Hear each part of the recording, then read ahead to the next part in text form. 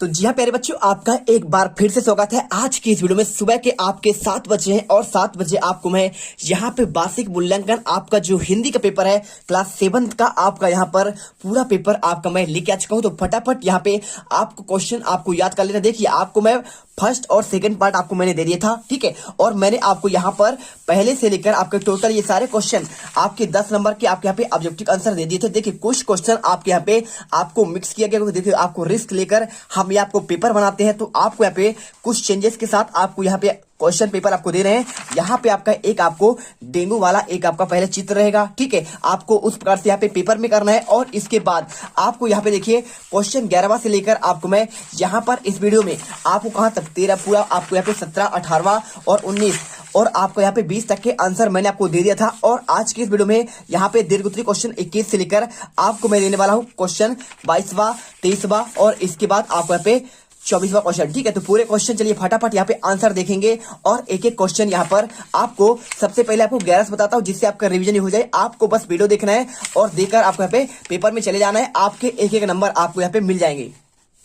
तो यहाँ पर देखिए आपके लघुत्तरी क्वेश्चन के अंतर्गत 11 से लेकर आपके 20 तक के क्वेश्चन आपके 3 नंबर के हैं। तो पहला क्वेश्चन आपका लिखा है क्वेश्चन नंबर 11, मध्य प्रदेश को लघु भारत आपका क्यों कहा जाता है। देखिए, आपके पेपर में यहाँ पे क्वेश्चन आपके आगे पीछे हो सकता है, तो आपको यहाँ पर क्या करना है, आपको अच्छे से क्वेश्चन याद करके जाना, क्योंकि क्वेश्चन आपका यहाँ पे सेम टू सेम आपको हम नहीं दे पाते हैं, क्योंकि यहाँ पर बहुत रिस्क है, FIR हो सकता है। हम यहाँ पे बहुत रिस्क नहीं ले जाते हैं, इसलिए क्वेश्चन आपको आगे पीछे करके दे रहे हैं। आप इन्हें अच्छे से पढ़िएगा और एक एक क्वेश्चन रट लीजिएगा। क्वेश्चन आपका सेम आएगा, बस आपको यहाँ पे क्वेश्चन आगे पीछे आपको मिलेगा, ठीक है। देखिए क्वेश्चन क्या लिखा है, मध्य प्रदेश में विभिन्न धर्मों, रीति रिवाजों व मान्यताओं के लोग परस्पर भाईचारे और सद्भावना से आपका निवास करते हैं। और प्रदेश में महाराष्ट्र का गणेश उत्सव, बंगाल का दुर्गा पूजा तथा उत्तर भारत की विजयदशमी और दीपावली होती है और ईद, क्रिसमस जैसे त्योहार उत्साह पूर्वक मनाए जाते हैं, इसलिए भारत को मध्य प्रदेश को लघु भारत अब कहा जाता है। सिंपल सा आंसर हो गया। अब इसके बाद क्वेश्चन आपका आता है, यहाँ पे देखिए आपका वर्षा ऋतु आपको अच्छी क्यों लगती है। तो देखिए वर्षा ऋतु आपको तो अच्छी लगती होगी,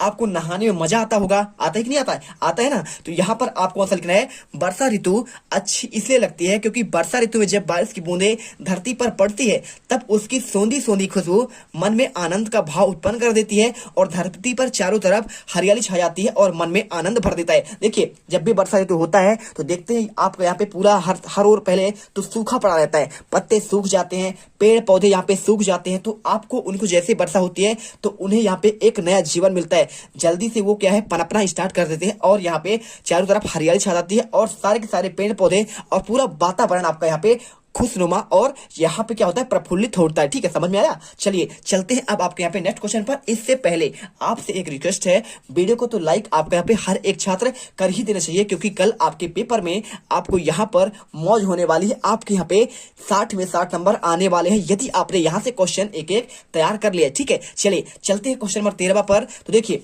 क्वेश्चन आपके यहाँ पे 13वां नंबर क्या दिया गया है, आपको मध्य प्रदेश की आपके प्रमुख बोलियां कौन कौन सी, आपको ये क्वेश्चन आपको पढ़ना है। 3 नंबर क्वेश्चन, तो आपको उत्तर लिखना है, मध्य प्रदेश में प्रमुख रूप से आपके हिंदी बोली जाती है। क्या बोली जाती है, हिंदी बोलते हैं। मध्य प्रदेश की बात कर रहा है, ठीक है। जैसे गुजरात में क्या बोलते हैं, गुजरात में गुजराती, हरियाणा में आपका हरियाणवी होता है और उत्तराखंड में आपका यहाँ पे क्या होता है पहाड़ी भाषा बोलते हैं। और इसके साथ आपका देखिए तमिलनाडु में आपका तेलुगु भाषा बोलते हैं। और आपके यहाँ पे देखिए बहुत सारे आपके अलग अलग यहाँ पे स्टेट पर अलग अलग आपके भाषा बोलते हैं, ठीक है। और पश्चिम बंगाल में आपका बंगाली भी बोला जाता है। आपको ऐसे याद करके रहना। देखिए मध्य प्रदेश में प्रमुख रूप से आपके हिंदी बोली जाती है, किंतु अन्य बोलियों के रूप में बुंदेली। देखिए मध्य प्रदेश की बात कर रहा है, बोलियां कौन कौन सी होती है, तो देख रहे हैं यदि आप यहाँ पे किस एरिया में रह रहे हैं, रीवा क्षेत्र में आप रह रहे हैं, तो आप रीवा के रीवा सतना के आसपास वाले क्षेत्र यहाँ पे आपके बुंदेली भाषा बोलते हैं। कौन से बोलते हैं, बुंदेली बोलते हैं, ठीक है। और क्योंकि देखो आपने सुना होगा बुंदेलो हर बोलो, हमने सुनी कहानी थी, खूब लड़ी मर्दानी हुआ तो झांसी वाली रानी थी। तो आपका यहाँ पे ग्वालियर के आसपास क्षेत्र तक आपका फैला हुआ है। और इसके बाद आपका मालवी, तो मालवी भाषा कहाँ बोल जाता है, आपका इंदौर, धार, सीहोर, विदिशा, ठीक है, इसके आसपास के क्षेत्र में आपके यहाँ पे मालवी बोलते हैं। और इसके साथ भेली आपका ये आपका बोल जाती है आपके यहाँ पे झाबुआ और आपके अलीराज के आसपास, ठीक है। और बघेली, देखिए बघेली तो आपका यहाँ पे आपके शहडोल और उमरिया वाले क्षेत्र में, अनूपपुर के क्षेत्र में बोल जाती है। और इसके बाद निमाड़ी आपका खंडवा खरमोन वाले एरिया पे आपका यहाँ पे बोल जाती है। और ये बोली देखिए आपको यहाँ पे बोलने वाली संख्या आपको यहाँ पे काफी है, ठीक है। चलिए आंसर हो गया, आपने एक ही क्वेश्चन देख सुन लिया। चलिए आंसर सुन लिए, अब चलते हैं क्वेश्चन नंबर आपका यहाँ पे क्वेश्चन नंबर आपका 14। देखिए निम्नलिखित पंक्तियों आपको यहाँ पे भावार्थ लिखना है। क्या लिखना है आपको, भावार्थ। देखिए हुआ विवाद सहृदय हृदय में उभय आग्रही देव स्व विषय में और गई बात तब न्यायालय में। ठीक है, देखिए इसको आपको यहाँ पे भावार्थ लिखना है। तो आपको कैसे करना है, पहले आपको इसमें संदर्भ लिखना पड़ेगा। तो संदर्भ प्रस्तुत गद्यांश माँ कह एक कहानी नामक कविता से लिया गया है और इसके रचयिता राष्ट्र कवि मैथिली शरण गुप्त हैं। आपको यहाँ पे आपके लिखे गए साथ में आपके विषय हिंदी पर। ठीक है, और इसके बाद देखिए प्रसंग में क्या लिखना है, सिद्धार्थ वन को निकल जाते हैं तब राहुल माँ से कहानी बताने के लिए कहती है।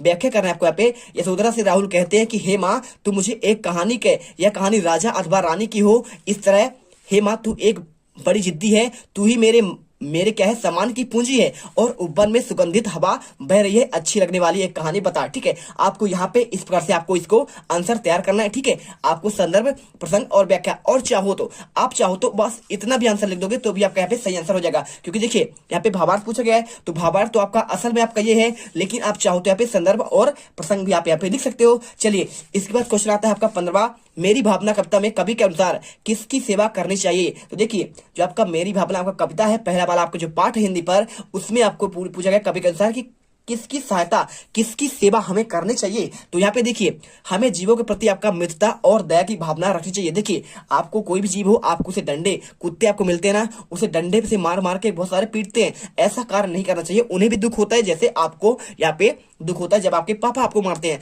आपकी मम्मी आपको मारती है। तो आपको यहाँ पर क्या करना है, मित्रता और दया भाव हर एक जीव के प्रति आपको रखनी है, और अच्छी लगे तो वीडियो लाइक करनी है। ठीक है, चलिए, और दुष्ट और निर्दयी व गलत रास्तों पर चलने वालों के प्रति साम भाव रखनी है। देखिए जो गलत कर रहे हैं ना, उसको भी आप क्या करेंगे, यहाँ पे आप उनको भी इग्नोर कर दीजिए। ठीक है, जो कर रहे हैं करते रहने दीजिए। आपसे क्या मतलब, आप उन्हें कहेंगे तो देखिए आप जब क्या करते हैं ना, ऊपर पत्थर फेंकेंगे तो आपके ऊपर ही गिरेगा। तो यहाँ पे दुष्ट लोगों से आप बात ही मत करिए। और कभी कहता है कि भाई दीन दुखियों, और यहाँ पे आपका जो दीन दुखी होते हैं, ठीक गरीब होते हैं, करुणामयी होते हैं, उन पर हमेशा सेवा भावना रखनी चाहिए। आपको यहाँ पे ये याद करना है। तो देखिए पूरा आंसर आपको यहाँ पे मिल गया। चलिए इसके बाद क्वेश्चन आता है 16वां, निम्नलिखित मुहावरों का आपके यहाँ पे वाक्यों में प्रयोग करना है। देखिए आपको मुहावरे क्या होते हैं, यहाँ पे जो आपके यहाँ पे क्षेत्रीय भाषा से लिए जाते हैं। जैसे देखिए यहाँ पे क्या लिखा है, पहला लिखा है दांतों तले अंगुली दबाना, तो आपको बताना है आपका मुहावरा में आपको यहाँ पे प्रयोग करना है। और दूसरा हार न मानना। देखिए पहला ए नंबर दांतों तले अंगुली दबाना, इसका अंदर क्या होगा, दांतों तले अंगुली दबाना मतलब होता है आपका दंग रह जाना या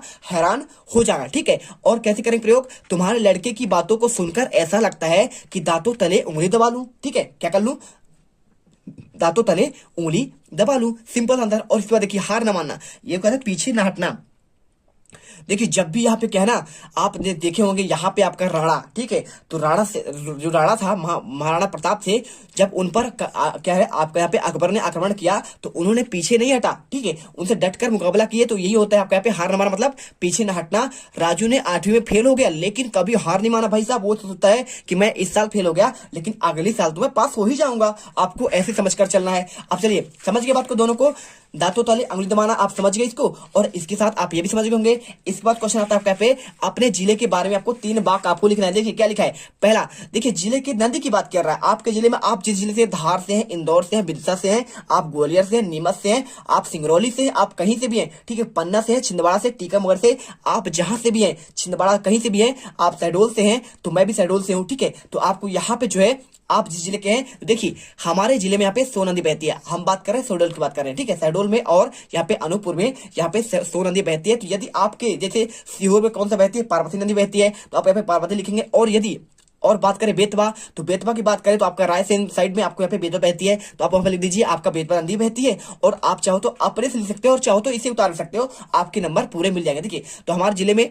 सोन नदी बहती है, और सोन नदी कहां से निकलता है, अमरकंटक से निकलता है। और इसके साथ यहाँ पे क्या होता है, आपका नर्मदा के साथ एक साथ निकलती है और फिर दोनों अलग हो जाती है। ठीक है, अमरकंटक से नर्मदा निकलती है लेकिन कुछ दूर जाने के बाद यहाँ पे अलग अलग हो जाती है। और आपको यहाँ पे ऐसा आंसर लिखना पड़ेगा। और इसके बाद क्वेश्चन आपका 18वां, सुभाष चंद्र बोस का नारा क्या था, आपको क्वेश्चन बताना है। तो देखिए सुभाष चंद्र बोस का आपका नारा था, तुम मुझे खून दो मैं तुम्हें आजादी दूंगा। तो क्या आप चाहते हैं कि आपको यहाँ पे हिंदी के पेपर में आप बहुत अच्छे नंबर लेकर आए, तो आपको यहाँ पर देखिए 60 में 60 नंबर चाहिए ना, तो आपको यहाँ पे वीडियो को लाइक करना पड़ेगा। हमें मोटिवेशन कभी तब मिलता है जब आप बच्चे यहाँ पर लाइक करते हैं कि सर आपने बहुत अच्छा वीडियो बनाया है, हमें बहुत हेल्पफुल लगा। तो आप यहाँ पे कमेंट भी कर सकते हैं बिल्कुल कि सर आपने ऐसा बनाया, हमें मजा आया, क्या कहाँ पे मजा आया, आपको सब कुछ बताता है, आपको मीम्स भी देते हैं जिससे आपको यहाँ पे एंजॉय के साथ आप यहाँ पे पढ़ सके। ठीक है, चलिए इसके बाद क्वेश्चन आपका आता है 19वां, यदि आप वैज्ञानिक बनना चाहते हैं तो किस प्रकार की पढ़ाई करेंगे, आपका 3 नंबर क्वेश्चन। तो देखिए हम यदि वैज्ञानिक बनना चाहते हैं तो खोजी प्रवृत्ति वाला व्यक्ति बनना पड़ेगा। कैसे बनना पड़ेगा?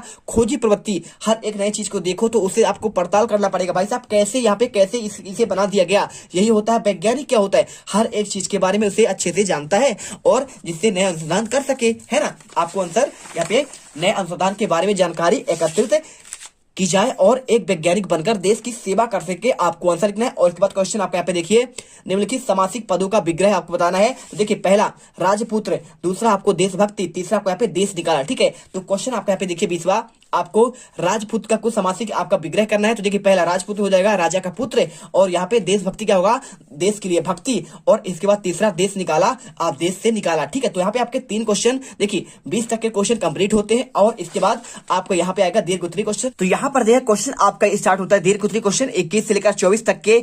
तो आपको यहाँ पे निर्देश पढ़ना है, नीचे दिए गए प्रश्नों के आपको उत्तर देना है। ठीक है, आपका 5 नंबर क्वेश्चन है, औपचारिक व आपको अनौपचारिक पत्र में आपको अंतर लिखना है। कोई आपको 5 बताने हैं। तो यहाँ पे स्क्रीन पर आपको इसमें देखिए 10 पॉइंट दिए हैं, आपको 10 में से आपको कोई 5 पॉइंट आपको अंतर आपको याद करके जाना है, और पूरे क्वेश्चन आपको यहाँ पर आंसर आपको इसी प्रकार से लिख देना है। चलिए, इसके बाद क्वेश्चन आपका आता है आपका 22वां। ठीक है, तो 22वां क्वेश्चन में आपको यहाँ पे रसों के नाम और उनके आपको स्थायी भाव लिखना है। ठीक है, तो रसों के नाम कौन से? देखिए, हिंदी में रसों संख्या आपका 10 है, और एक आपका यहाँ पे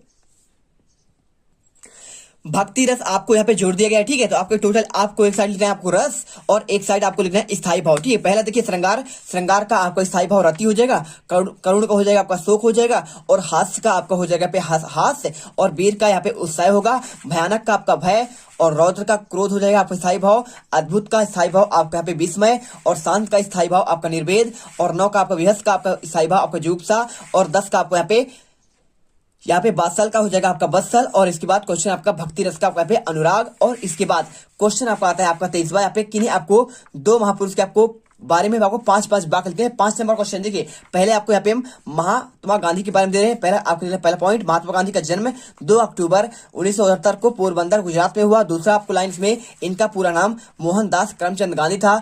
और इसके बाद आपको यहाँ पे तीसरा पॉइंट आपको लिखना पड़ेगा। इसमें क्या लिखना पड़ेगा? आपको इसमें लिखना पड़ेगा इनकी उच्च शिक्षा लंदन इंग्लैंड में हुई। और इसके बाद महात्मा गांधी आजादी के लिए बहुत लड़ाई लड़ी और जीवन भर देश की सेवा की, और 30 जनवरी 1948 को इनका क्या है परलोक सिधार गए। ठीक है, चलिए, इसके बाद आपको 2 महापुरुष के बारे में लिखना है। तो आपका दूसरा महापुरुष में है आपका लाल बहादुर शास्त्री। लाल बहादुर शास्त्री जी के जन्म 2 अक्टूबर 1904 में आपको वाराणसी के पास यहाँ पे मुगल सराय में हुआ था। और इसके बाद आपको ये सच्चे देशभक्त थे। तीसरा क्वेश्चन, दूसरे प्रधानमंत्री भी बने और राष्ट्र की सेवा की।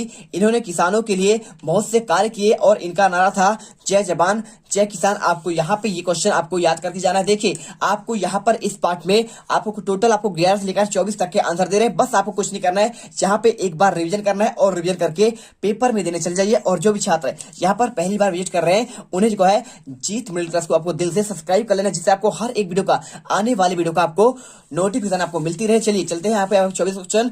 आपके अपने विद्यालय के प्रति क्या क्या कर्तव्य है, आपको 8 से 10 वाक्य लिखना है। तो देखिए, पहला पॉइंट, हमारे विद्यालय के प्रति हमारा कर्तव्य क्या है? पहला, हमें अपने विद्यालय में आपको समय से जाना चाहिए। ठीक है, दूसरा क्या कर्तव्य है?